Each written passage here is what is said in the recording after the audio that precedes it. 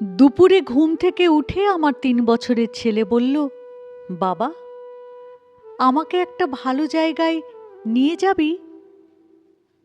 আমি চমকে তাকালাম ৩ বছরের দিকে, ৩ বছরের চোখের দিকে, ৩ বছরের ঠোঁটের দিকে, ফুটে ওঠা বিন্দু বিন্দু ঘুমের দিকে।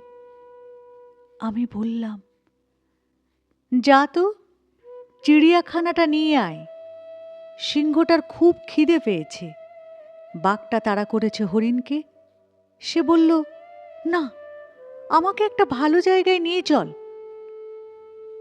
পাশের ঘরে গিয়ে একটু কাঁদল, বন্দুক চালালো। তারপর কোথা থেকে কার্ল মার্কসের একটা ছেঁড়া ক্যালেন্ডার এনে বলল, এই দাদুটাকে নিয়ে যাব ট্রেনে করে, নৌকো করে। এই বাবা, বাবা, একটা ভালো জায়গায় যাবি? ভিক্টোরিয়া নিয়ে এলাম। সে বলল, না, এটা ভালো না। গঙ্গার ঘাটে নিয়ে এলাম। সে বলল, এটা তো একটা নদী। আইসক্রিম ধরিয়ে দিলাম। সে ঘ্যান ঘ্যান করেই চলল।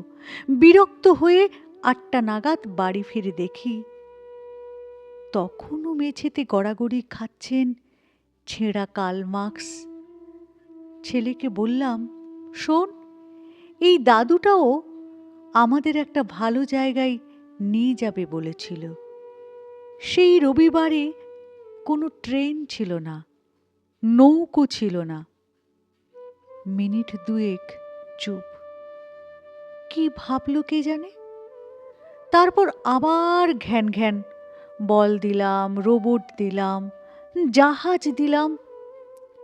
জ্বর বসাবো কিনা ভাবছি, তখনই পৃথিবীর সবচেয়ে কঠিন প্রশ্নটা সে করল, এই বাবা, কাল একটা ভালো জায়গায় নিয়ে যাবি তো? কাল?